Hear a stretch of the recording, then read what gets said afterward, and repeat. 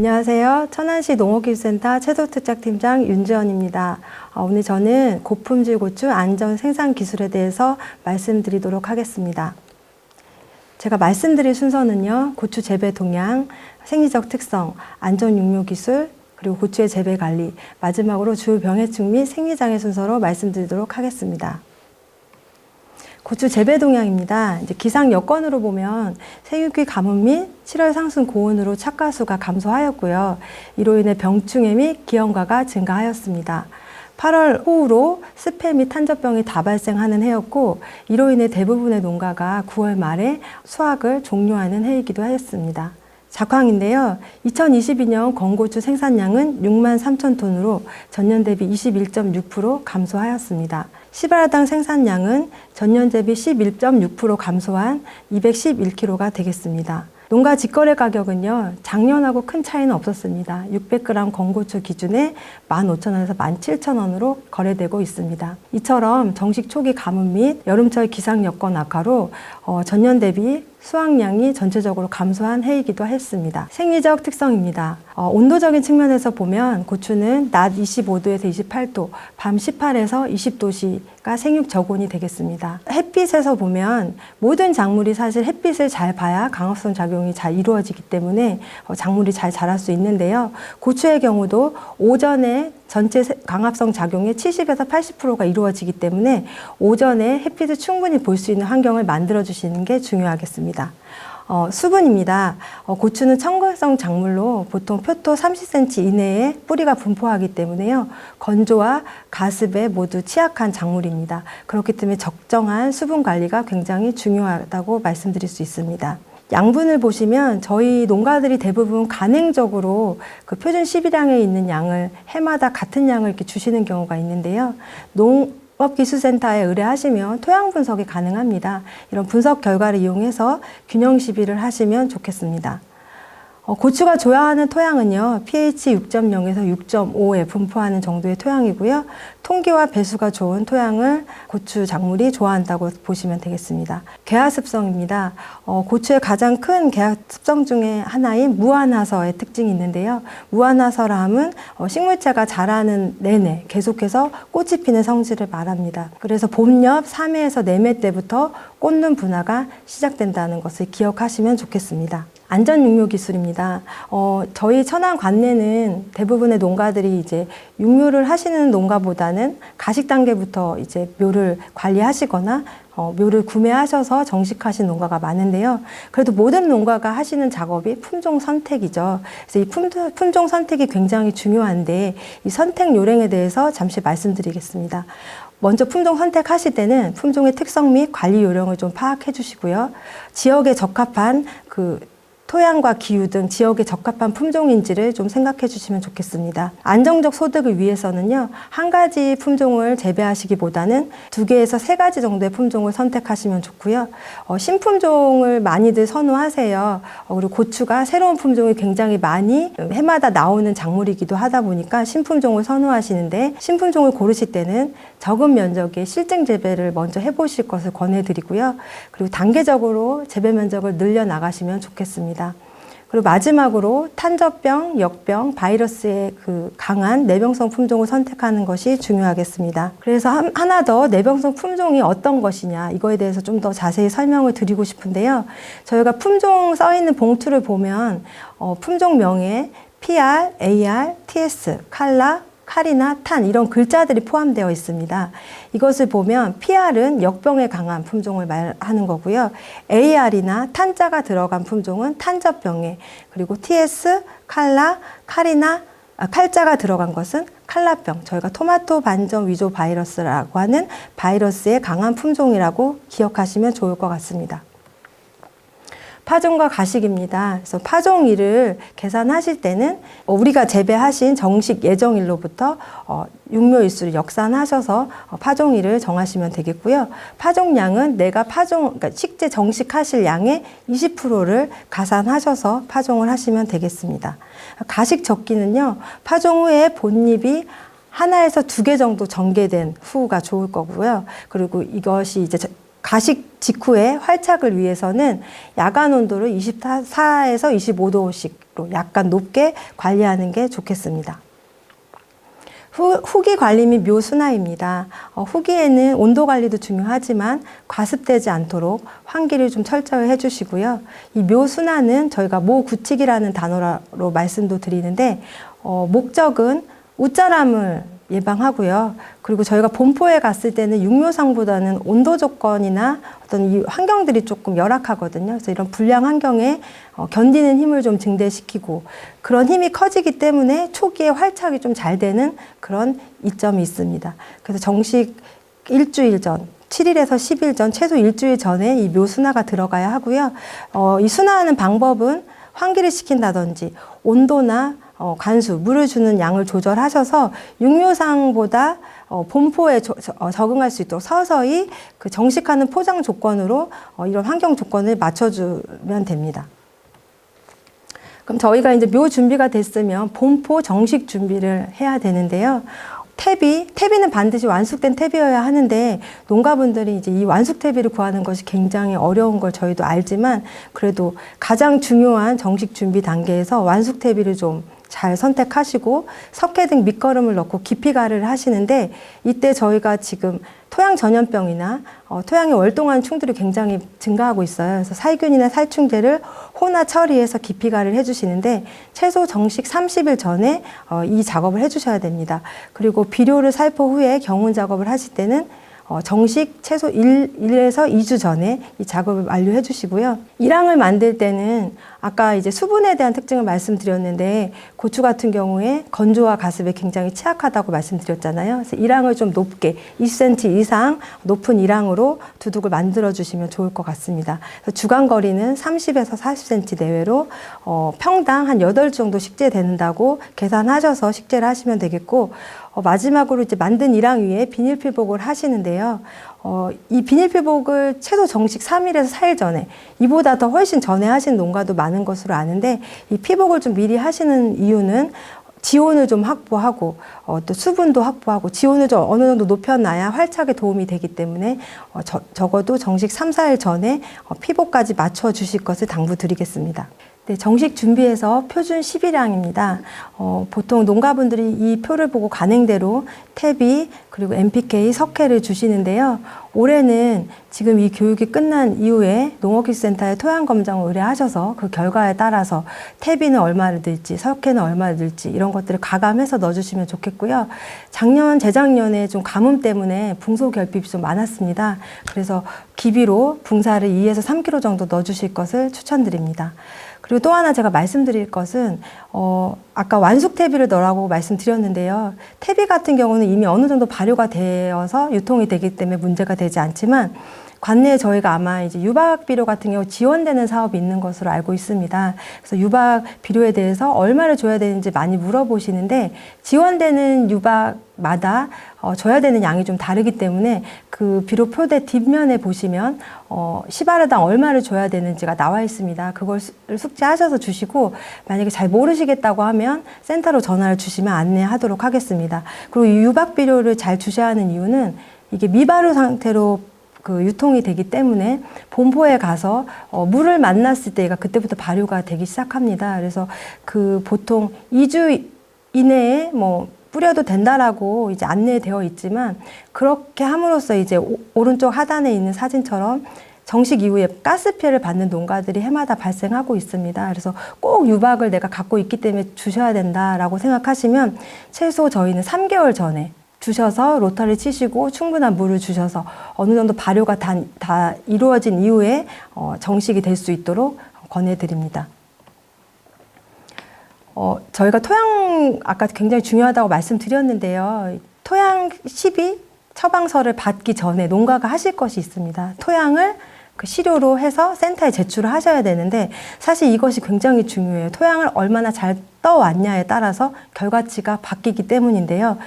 토양을 뜨실 때는 사진처럼 평탄한 곳은 5개에서 10개 지점까지 내가 지점을 정하셔서 선택하시고 경사진 곳은 상부, 중부, 하부로 나누어서 3개에서 4개 지점까지 채취를 하시되 표토에 1cm에서 2cm 정도는 걷어 주시고요. 그리고 아래 사진 보면 A라고 써 있는 사진처럼 주황색 부분처럼 가운데 흙은 걷어내시고 그리고 B 사진에 보는 검정색 부분 이 단면을 채취하셔서 그리고 뿌리 근처, 뿌리가 주로 분포할 그 작도층 15에서 30cm 깊이의 흙을 떠오셔서 지점마다 뜨신 흙을 섞어서 갖고 오시면 되겠습니다. 그러면 오른쪽 사진처럼 비료 사용 처방서가 나오는데요. 이거에 따라서 pH는 어떤지, 유기물 양은 어떤지, 내 토양에 있는 비료 성분에 대한 양이 측정이 되고 이것을 바탕으로 밑거름과 웃거름, 퇴비 이런 것들을 어떻게 줘야 되는지 추천 10일량이 나오거든요. 근데 농가분들이 이걸 딱 받아보셨을 때 이걸 어떻게 해석해야 될지 되게 어려워하시는데 센터로나 지소로 가져오셔도 저희가 안내를 해드리고 방문하시는 게 어렵다고 하시면 작물 담당자한테 전화를 하시면 저희가 이 같은 자료를 늘 어느 곳에서 컴퓨터가 있다면 다운받아서 볼 수 있기 때문에 같은 자료를 보고 전화 상담도 가능하니까 꼭 이용하시면 좋겠습니다. 정식 및 관리입니다. 저희가 이제 본포도 준비되어 있고 묘도 준비가 되어 있다면 정식을 해야겠죠. 저희가 늘 늦새로 피해가 없는 때 터널 재배할 땐 사흘 중하순, 노지는 5월 상순 이렇게 말씀을 하지만 제가 당부드리고 싶은 건 이른 정식은 피해라. 남들이 정식한다고 해서 나도 좀 빨리 할까 하시지 말고 어느 정도 온도가 오른 상태에서 환경적으로 안정이 됐을 때 정식하라고 말씀드리고 싶고요. 정식 적기묘는 아까 말씀드렸던 것처럼 본엽이 11개에서 13개 정도 나오고 방아다리 1번 하가 개화가 막 되었을 때를 정식 적기 상태로 보시면 되겠습니다. 그리고 정식 후에는 뿌리 발육이 잘 되도록 충분히 물주기를 하셔야 되고요. 정식하실 때 또 하나 주의하실 점이 정식하는 그 높이입니다. 우측의 사진처럼 너무 깊거나 얇게 심으면 활착이 늦어지는데 특히 깊게 심을 때 보면 이제 이 뿌리 표토 쪽에 있는 그 뿌리 활착이 되는데 힘을 써야 하는데 이 지면과 지표면과 닿은 그 줄기 부분에 부정근이 나오면서 거기에 뿌리를 내리는 노력을 막 하다 보니까 정작 내려야 되는 뿌리 쪽에는 힘을 발휘하지 못해서 활착이 늦어지거든요. 이 점 유의하시고 그리고 또 하나 주의할 점이 저희가 맑은 날 정식하라고 말씀을 드리다 보니까 정식을 좀 이른 아침에 하더라도 어느 정도 온도가 오를 때까지 작업이 되다 보니까 작업을 하시다 보면 이 그 줄기가 굉장히 가늘잖아요. 그래서 이 부분이 뜨거운 비닐이, 이 비닐이 35도까지도 올라가거든요. 이 비닐에 데이다 보면 정식하고 2주, 3주가 지나면 줄기가 갈변이 되고 안에가 빨대처럼 비면서 세 번째 사진처럼 꺾이거든요. 그래서 이게 무슨 병인가 하고 질문을 하시는데 대부분의 경우 이 열상에 피해를 보신 경우니까 정식할 때 이 점 주의하시면 좋겠습니다. 측지 제거인데요. 농가들이 항상 의견이 분분하죠. 제거를 안 하는 것이 좋다, 제거를 하는 것이 좋다. 그래서 저희가 연구 데이터적으로 말씀을 드리면 측지는 3번에 걸쳐 제거하는 것이 효과적이라는 연구 결과가 나왔고요. 물론 무 제거에서 보시다시피 수량은 가장 많은 것으로 나와 있지만 상품과 율을 보고 품질 향상이 저희가 판매할 수 있는 그 고추냐라고 봤을 때는 3회 제거했을 때가 가장 수량이 높은 것으로 나타났습니다. 그리고 측지를 방치하면요, 주지가 분화되는 게 늦어지고 통풍이 불량하고 그로 인해서 이제 흙물이 튀면 그 밑에 측지에 있는 이파리에 병균이 먼저 닿기 때문에 병해충 발생 증가도 되기 때문에 측지는 3회 이상 제거를 해주시고요. 생육 여부를 따라서 왕성하면 좀 빨리 제거하시고 약할 경우는 초세를 회복시킨 다음에 제거해 주시는 것으로 기억하시면 될 것 같습니다. 유인도 꼭 하시죠. 근데 이 목적은 1차적으로는 비, 바람 등에 의해서 쓰러지는 것을 방지하는 게 1차 목적이고요. 두 번째는 유인을 하면 아무래도 통풍이 잘 되고 햇빛도 충분히 볼 수 있다 보니까 착과도 잘 되고 또 착색도 잘 되는 그런 이점 때문에 유인을 하게 되는데요.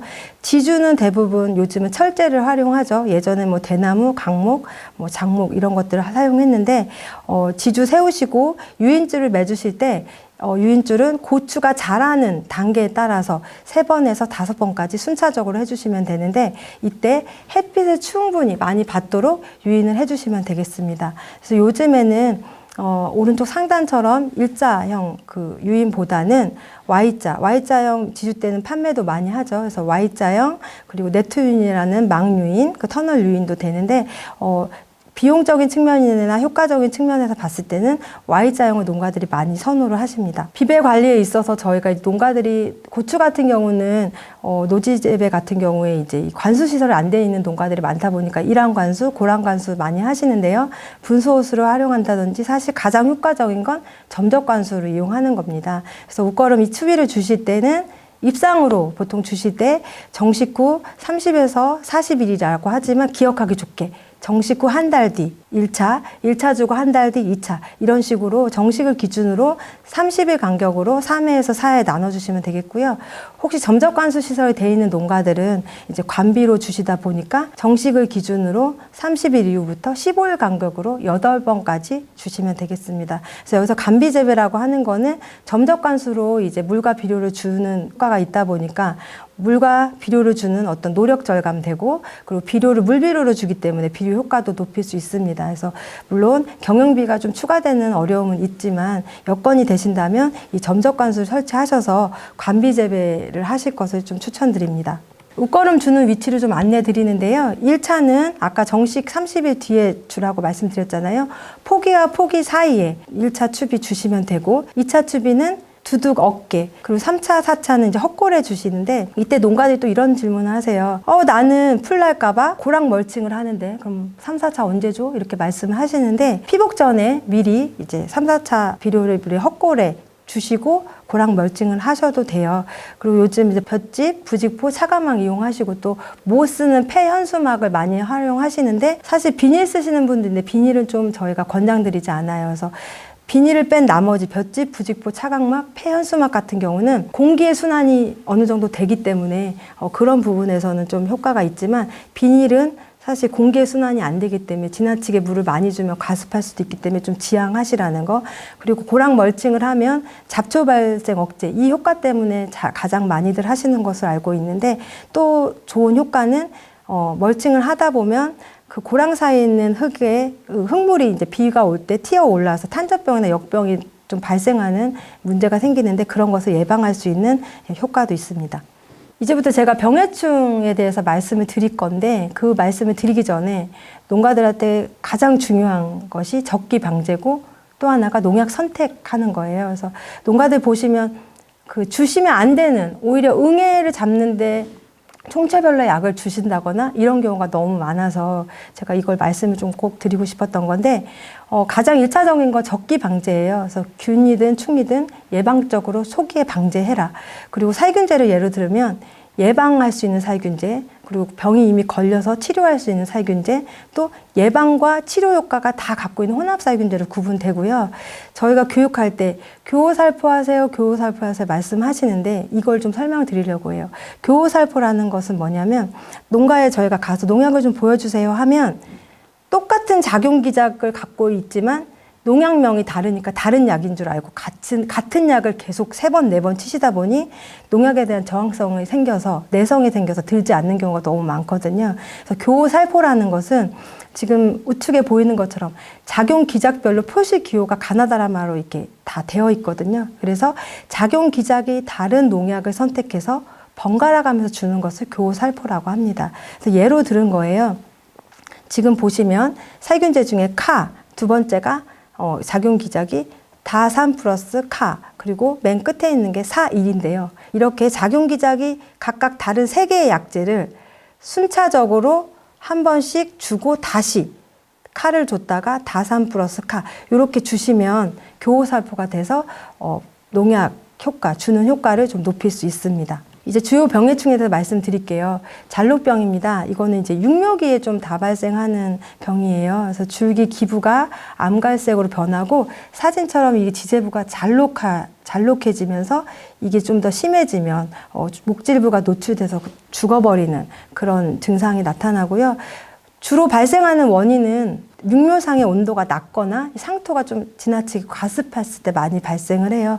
그렇기 때문에 건전한 토양을 좀 사용해 주시고 그리고 물을 주실 때는 찬물을 좀 주지 않고 보통 20도씨가 좀 넘었던 11시에서 13시 사이에 물의 온도가 좀 올라갔을 때 물을 주시면 좋겠고, 토양이 가습하지 않게 환기를 좀 철저하게 해주시면 좋겠고, 마지막으로 육묘상에 저희가 이제 온도 보온을 하기 위해서 피복을 할 때는요, 부직포 위에 비닐을 덮는 순으로 하시면 습도 조절에 좀 용이합니다. 올해 굉장히 문제가 많았어요. 탄저병 때문에 이제 작기를 좀 땡겨서 마무리 지는 농가들이 굉장히 많았는데, 탄저병의 주 증상은 보시는 사진과 같이 기름방울 같은 연녹색의 작은 반점이 점점 이 둥근 무늬가 확대돼요. 그러다가 나중에 그 부분이 움푹 들어간 궤양이 돼서 이렇게 검정 포자가 앉거든요. 그래서 탄저병은 6월 중하순, 장마기 8, 9월. 지금 제가 말씀드린 이 시기의 특징이 뭐겠어요? 온도가 높고 습할 때예요. 고온 다습 조건. 그리고 또 하나가 비바람을 타고 전파를 해요. 그래서 탄저병균의 특징을 보면 이 포자의 93.3%가 30cm 수평 거리에서 60cm 이하의 높이로 전파가 되는데, 이때는 언제냐면 고추 가장 값을 잘 받는 첫물, 두물의 고추가 달려있는 위치거든요. 그래서 방제를 적극적으로 하셔야 하는 이유가 여기에 있어요. 그리고 약 95%는 이병과에서 월동해서 생존하거든요. 그러다 보니까 이 이병과가 다음 연도에 주요 초기 전염원이 되기 때문에 봄밭에 있는 탄저병 걸린 것을 제거하지 않고 봄밭에 그냥 두는 것은 굉장히 위험한 일입니다. 그리고 탄저병균 같은 경우에는 온도 조건이나 이런 습도 조건에 최적의 조건이 되면 과실에 포자가 앉은 이후에 4시간 이내에 병균이 침입된다는 거 기억하시면 좋겠고요. 그럼 탄저병이 왜 걸리냐? 밀식 또는 지소지비를 너무 과다하게 시비를 하면 그 고추의 작물체가 연약하게 자라거든요. 그렇기 때문에 외부 균이 침입했을 때 좀 더 침투가 빠르죠. 그리고 아까 말씀드렸던 것처럼 지난해 버려진 병든 고추, 포기 등 1차 전염이 되고요. 그렇기 때문에 잔재물이나 만약에 병에 걸린 열매가 하나라도 보이면 바로 제거를 하시고, 제거한 후에 방제를 해주셔야 돼요. 그리고 만약에 고추 안에 탄저병 걸린 균 있는 게 한 개라도 보이면 이제 내 밭에 탄저병이 만연됐구나, 많이 발생되겠구나 해서 이제 방지에 좀 집중하셔야 되고요. 처음에는 보호살균제로 예방을 하고, 하나라도 발병된 게 보이면 그때는 치료살균제를 이용해서 예방을 하시고 치료를 하셔야 되는데, 보통 탄저병균은 빗물에 따라서 99%가 전파가 돼요. 그렇기 때문에 저희가 비 오기 전에 반드시 예방을 하라고 말씀드리는 거고, 10일 간격으로 고추에 약물이 흠씬 묻도록 밑에서 위로 약제를 살포하시면 되겠습니다. 탄저병 발생 시기별 약제 선택인데요. 이건 2015년도에 충북기술원에서 연구한 데이터입니다. 그래서 첫 번째 7월 상순 중순에는 보호용 살균제를 2회, 7월 하순 8월 상순에는 보호용과 치료용 이용해서 2회, 그리고 8월 중하순에는 혼합 살균제, 보호용과 치료용이 되어 있는, 예를 들면 차플러스 다삼, 카플러스 4일 이런 혼합 살균제를 2회를 주면 방제 효과가 97.4%나 이렇게 높다라는 결과예요. 그렇기 때문에 얼마나 적기 방제 및 정용 약제를 적게 주는 것이 중요한지 나타나는 자료입니다. 두 번째 역병인데요. 역병의 발생 조건은요, 물 유입처, 물 빠짐이 나쁜 곳, 연작지, 장마기에 주로 발생합니다. 그래서 이 역병균의 생육 저고는요 26도에서 28도고요. 지금 보시는 사진과 같이 역병균의 특징은 이 편모가 있어서, 이 유주자 뒤에 편모가 있기 때문에 물고기처럼 꼭 물을 만나면 헤엄을 쳐서 이동을 해요. 그러면서 지제품이 뿌리에 감염이 되고, 이것 또한 토양 내 2년에서 길게는 8년까지 생존을 해요. 그래서 저희가 아까 말씀드렸던 것처럼 역병을 예방하려면 일항을 좀 높게 하시고 배수로 정비를 하셔서 수평 배수가 아닌 수직 배수가 되도록 해야 하고요. 병든 포기는 뿌리 주변 흙과 함께 즉시 제거를 하는 것이 중요합니다. 그래서 아까 PR 계통이 역병 저항성 품종이라고 했잖아요. 그래서 PR 계통의 품종을 선택하시고, 정식 전에는 예방약제를 토양에 혼화 처리하시고, 장마 전후로 집중하실 때는 관주 처리해 주시고, 그리고 만약에 너무 많이 발생을 했다 올해, 그럼 이듬해에는 고추를 심기보다는 고추랑 다른 콩가나 화분가로 타작물로 돌려짓기를 하시는 것을 권합니다. 품마른병이에요. 청고병이라고도 하는데요. 이것의 주 특징은 낮에는 실들고 밤에는 회복되고, 이것을 굉장히 반복해요. 며칠을 반복하다가 나중에는 포기 전체가 입이 그냥 푸른 채로 씻으다가 죽거든요. 그래서 지제부를 딱 절단해 보면 도관부가 동그랗게 갈변이 되는 게 주 특징이고요. 이 병원군은 생육 저온이 34에서 37도, 고온성 세균이에요. 얘 또한 토양 내에 최소 5년에서 8년까지 이렇게 길게 생존력을 갖고 있습니다. 사진에서 보시는 것처럼 저희가 간이 진단하는 방법인데요.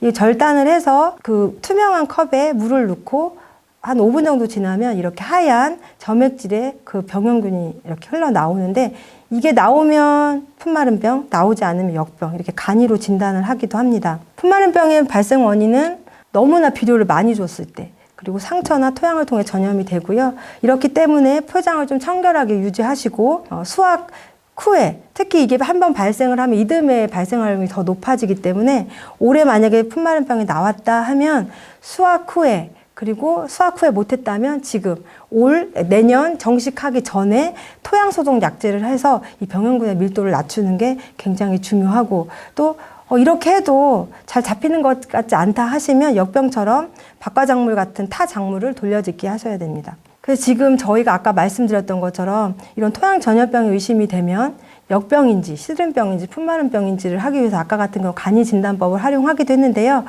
너무나도 다행스럽게 이제 과학 영농이 계속 발전하면서 이것도 바이러스처럼 진단키트가 보급이 됐어요. 그래서 올해부터 저희가 이것을 보급해서 지소에도 분양을 해서 역병인지 시드름병인지 풋마른병인지 이 3종에 대해서는 지금 저희가 15분 이내로 진단을 하기 때문에 농가분들이 의심이 되면 고민하지 마시고 저희 채소특작팀이나 재배하고 계시는 해당 지소로 의뢰를 해주시면 저희가 현장에 나가서도 하고, 만약에 흙을 갖고 오신다면 저희가 검사가 가능하니까 이런 특징들을 참고하셔서 의심이 되신다고 하면 이런 진단키트 활용을 꼭 활용하시면 좋겠습니다. 무름병입니다. 이제 장마기에 주로 발생하고요. 물론 장마기의 특징처럼 고온 다습할 때 많이 발생을 합니다. 근데 보통 무름병은 1차적으로 담배 나방에 의해서 이제 구멍이 뚫린 곳을 통해서 물이 유입이 되기 때문에 2차적으로 오는 게 무름병인 경우가 굉장히 많아요. 그래서 밀식 재배를 좀 피해 주시고 배수나 통풍이 잘 되도록 관리해 주시면 되겠습니다. 바이러스 좀 말씀드릴게요. 바이러스 가장 고추에서 문제되는 게 아까 칼라병이라고 하는 토마토 반점 위조 바이러스. 이건 총체벌레가 매개하고요. CMV, 오이 모자이크 바이러스는 진딧물이 매개하고요. 올해 또 이 바이러스가 많았습니다. 고추 약한 모틀 바이러스, PMMOV. 이거는 1차적으로 종자와 토양에 의해서 전염이 되고 2차적으로는 작업, 손에 의한 지백 전염, 접촉 전염이 되는 바이러스인데요. 올해 이 바이러스가 유독 좀 많았습니다. 그래서 충에 의해 매개되는 두 위의 바이러스는 매개충 방제를 철저히 하는 게 가장 중요한 예방법이고요. 그리고 또 이 TSWV 같은 경우는 육묘상에부터 발생이 많이 돼요. 이럴 때는 감염주를 제거하시고, 만약 이게 다 발생했다면 사실은 이 묘는 정식을 하시면 안 됩니다. 그리고 이런 충에 의해서 매개되는 바이러스는 주변의 잡초를 제거해 주셔야 돼요. 잡초에 이 벌레들이, 총체나 진딧물이 은신처로 갔다가 다시 와서 이제 매개를 하기 때문에 사전 차단 목적으로 잡초를 꼭 제거해 주시고요. 그리고 바이러스는 치료약이 없는 거 다들 아시죠? 그렇기 때문에 가장 중요한 것이 초세 관리. 사람하고 똑같아요. 건강한 사람들은 외부에 어떤 병균이 들어와도 잘 이겨내고 걸리지 않고 하듯이 이 작물체도 초세 관리가 잘 돼서 세력이 유지되면 이런 바이러스가 와도 어느 정도는 그 증상을 이겨내고 수확도 할 수 있는 그런 이점이 있기 때문에 치료약이 없는 대신 세력 관리, 예방 관리 철저히 해주시면 좋겠고, 마지막으로 저항성 품종을 선택해서 재배하시는 것도 아주 효과적인 방법입니다. 그리고 이제 보시는 것은 사진인데요. 증상들이 조금씩 다르니까 이 사진들을 참고하셔서 이런 바이러스가 의심된다고 하면 센터에 의뢰하셔서 진단을 받으시면 되겠습니다. TSWV 칼라병 시기별 감염 양상은 보통 시설을 기준으로 했을 때는 5월 하순 그리고 9월 하순, 생육 초기와 후기에 많이 발생을 합니다. 그래서 발생이 의심된다고 하면 이 바이러스 키트 많이 보셨을 거예요. 그래서 고민하지 마시고 토양 진단하는 것처럼 토양 그 전염병 진단하듯이 저희 센터와 가까운 읍면지소에 의뢰하셔서 지금 빠르면 2분 이내에 진단이 가능해요. 그래서 그거에 대해서 좀 아주 초기에는 그 발생된 줄을 좀 제거하는 게 굉장히 좋은 방법이기 때문에 바이러스가 의심된다면 빨리 진단을 하실 수 있도록 해주시면 좋겠습니다. 다음은 이제 충인데요. 총체벌레, 아까 이 TSWV, 토마토 반점 위조 바이러스 매개하는 충이다 보니까 또 중요해요. 그래서 이것은 주로 사진처럼 꽃 속에서 서식을 하고요. 새순과 열매를 가해합니다.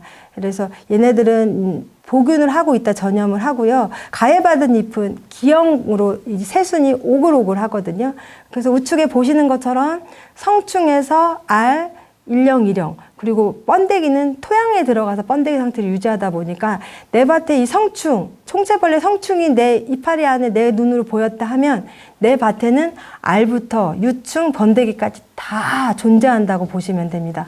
그렇기 때문에 저희가 정식 전에 그 지하부에 살고 있는 그 번데기, 그 총체벌레 죽이기 위해 토양살충제를 살포하는 것도 밀도를 낮추는 하나의 방법이고요. 특히 육묘상에서는 사진처럼 끈끈이 트랩으로 조기 예찰을 하셔서 이렇게 한두 마리 보일 때 발생 초기에 집중 방제를 하셔서 육묘상에서부터 철저하게 방제하시는 게 좋겠고, 아까 지하부에 번데기 1, 2차가 발생하고 산다고 말씀드렸잖아요. 그렇기 때문에 지상부만 방제를 하시면 안 되고 지상부와 지하부를 모두 적용약제로 방제를 해주시는 게 좋겠습니다. 진딧물입니다. 진딧물은 잎 뒷면에 주로 발생을 하죠. 그래서 육안으로 좀 잘 관찰이 돼서 방제가 조금 더 용이한 충이기도 한데요. 잎과 신초 부위 집중 흡집하고요. 얘가 아까 오이 모자이크 바이러스 매개충이다 보니까 또 방제를 철저히 해야 하는 이유이기도 합니다. 얘네들이 이제 배설물을 내는데요. 감로라고 해서 약간 끈적한 물질이 있다 보니까 이게 양이 많아지면 여기에 그을음처럼 이렇게 사진처럼 검게 그을음이 일다 보니까 이파리에서 강합성 작용이 안 돼요. 그래서 생육을 좀 저해하는 문제가 있고요. 그렇기 때문에 충 역시 발생 초기에 적용약제를 살포하셔서 방제를 하시고, 진딧물 같은 경우에 날개 없는 무시충 같은 경우는 잎 뒷면에서 관찰이 되기 때문에 초기 방제가 쉬운데, 저희가 5월 상순이 되면 이 날개 없는 그 무시충, 날개 없는 진딧물이 날개에 있는 유시충으로 발생을 하기 때문에 육안으로 날아다니기 때문에 밀도가 적을 때는 발생하는지 알 수 없기 때문에 초기 방제에 좀 미흡하시니까요. 보통 5월 상중순에 발생이 시작된다는 걸 보시고 5월 상순 되기 전에 좀 집중 예방을 하시면 좀 밀도를 낮추는 데 도움이 되겠습니다. 담배나방 말씀드리겠습니다. 담배나방은 6월부터 9월까지 총 3번 다 발생합니다. 그래서 이것의 가장 문제는 유충이 가실 속에 이렇게 사진처럼 들어가거든요. 들어가면 사실 아무리 약제를 뿌려도 이 약제를 이 유충이 맞아야 죽기 때문에 과실 속에 들어가면 약 방제가 어렵기 때문에 초기 방제가 굉장히 중요하고요. 이 유충 같은 경우에 한 마리가 최대 10개까지, 평균은 3, 4개지만 10개까지 과실을 가해하기 때문에 간혹 농가에 가다 보면 구멍이 뚫려서 담배나방 가해한 그 과실체를 봄밭에 그냥 따서 버리거든요. 그럼 그 안에 유충이 살아있을 때는 다시 나와서 정상적인 과실을 가해하기 때문에 봄밭에 버리지 마시고 비닐봉지 안에 수거해서 좀 먼 곳에 버려주시면 좋겠고, 그리고 이제 하나의 시설 같은 경우 방충망을 설치하면 이 담배나방 예방하는 방법이 되겠습니다. 트랩을 위한 예찰도 좋고요.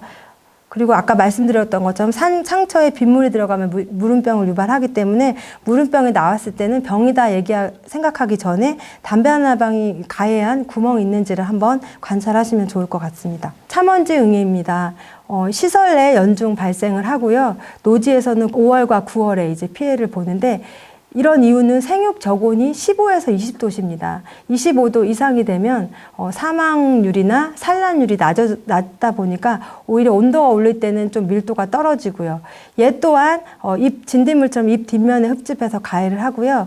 잎 가장자리가 이제 말려 들어가는 특징이 있습니다. 총체벌레처럼 얘도 새순을 집중적으로 가해를 하고요. 그렇기 때문에 어린 잎에 피해가 초기에 나타나면 어린 잎을 좀 관찰을 하셔서 방제를 하시면 좋겠고, 특히 이 참원지 응애가 문제인 것은 저희가 전박이 응애는 눈으로 많이 관찰이 돼요. 근데 참원지 응애는 엄청 그 전박이 응애에 비해서 크기가 굉장히 작기 때문에 육안으로는 관찰이 안 되기 때문에 바이러스인가? 라고 이제 이상하다고 들고 오시는 경우가 많은데, 오른쪽 사진 잘 관찰하셔서 바이러스라고만 생각하지 마시고 이런 이파리가 초기에 조금이라도 보이시면 센터로 가져오시면 저희가 실체 현미경으로 총체벌레가 있는지 없는지 봐드리고 그거에 대한 전용 약제를 안내 드리니까 그 서비스도 이용하시면 좋을 것 같습니다. 이제 생리장애 말씀드리겠습니다. 석회결핍인데요. 이건 해마다 좀 많이 발생하는 것 같아요. 그리고 작년, 재작년 그 생육기 초기에 가뭄이 좀 심했기 때문에 석회결핍이 많았는데, 주 증상은 과실 끝이 물러서 부패하는 거고요. 질소나 칼륨 비료를 좀 많이 주시면 서로 이제 어떤 특정한 비료가 너무 많으면 봄밭에 이제 이 석회, 칼슘이 있음에도 불구하고 흡수를 못 하거든요. 그래서 균형 시비를 해주시는 게 되게 중요하고, 지나친 고온 건조, 그러니까 토양 수분이 부족하면 토양에 석회, 칼슘이 있지만 흡수를 못 하거든요. 그래서 저희가 앞에 말씀드렸던 것처럼 점적관수 시설을 해서 좀 적정하게 물 관리하는 게 중요하다 말씀드린 게 여기에도 있습니다. 그래서 밑거름으로 충분하게 석회를 시용하시되, 나는 밑거름으로 석회를 충분히 줬는데도 이게 다발생했다 하시면 증상을 좀 완화시키기 위해서 염화칼슘 0.3%액을 연면 시비하시는데, 0.3%액은 물 20리터에 염화칼슘 60g을 녹이셔서 주시면 되고요. 대부분의 또 농가들을 보시면 이렇게 발생 전에 생육 초기에 좀 주기적으로 염화칼슘을 연면 시비하는 농가들도 있어요. 근데 다만 이제 아까 말씀드렸던 기량작용처럼 지나치게 또 칼슘이 너무 많으면 석회 결핍은 예방할 수 있지만 그 외에 다른 붕소나 이런 것들이 결핍될 수 있으니까 적정하게 시비하시면 좋을 것 같습니다. 붕소 결핍인데요. 붕소 결핍도 칼슘 결핍과 똑같이 토양이 건조할 때, 그리고 좀 전에 말씀드렸던 것처럼 칼슘이나 가리비료가 많을 경우에도 붕소가 있음에도 흡수를 못 하거든요. 그래서 정식 전에 밑거름을 붕사를 2kg 정도, 시발야당 2kg 정도 시용하시고, 생육 전에 사진처럼 가루줄이 막 생기다 보면 이건 붕소 결핍이니까 생육 중에 발생했다면 붕산 수용액을 연면 시비해 주시면 어느 정도 호전이 됩니다. 마지막으로 열과인데요.